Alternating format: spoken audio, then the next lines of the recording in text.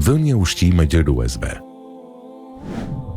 Muaji i Ramazanit është muaj shpërblimeve të mëdha.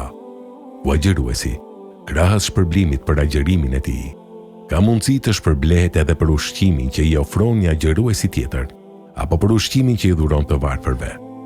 Dietari i Islamit, Ibn Taymije, Allahu e mëshiroft, thotë: ndihmesa e të varfërve me ushqim në muajin e Ramazanit është prej traditës islame.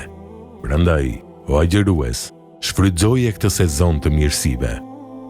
Transmetohet nga Zeid bin Khalid el Juhani, radiallahu anhu, nga profeti sallallahu alaihi wasallam, se ka thënë: kush i jep për të ngrënë një agjëruesi, do të ketë shpërblim njësoj si ai, duke mos ju paksuar agjëruesit asgjë nga shpërblimi. Dobit që përfitohen: e para, pëlqyeshmëria e dhënies ushqim, iftar agjëruesit, qoftë ai agjërim obligativ apo agjërim vullnetar, nafile. E dyta, kush i jep për të ngrënë një agjëruesi, do të ketë shpërblim njësoj si ai. Prandaj përpiqu që ta agjërosh Ramazanin.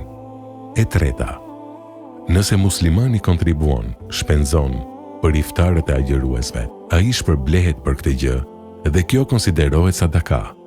Qoftë kjo nëse e bën personalisht këtë, ose kontribuon me bleft monetare, me anë të dikujt tjetër që është i besueshëm apo nëpërmjet shoqatave të besueshme.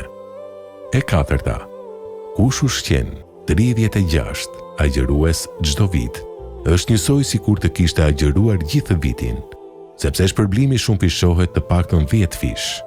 E kush i shtron ushqimet e agjëruesve me këtë qëllim, Allahu i lartësuar do t'ia shkruaj agjërim të viteve të shumta.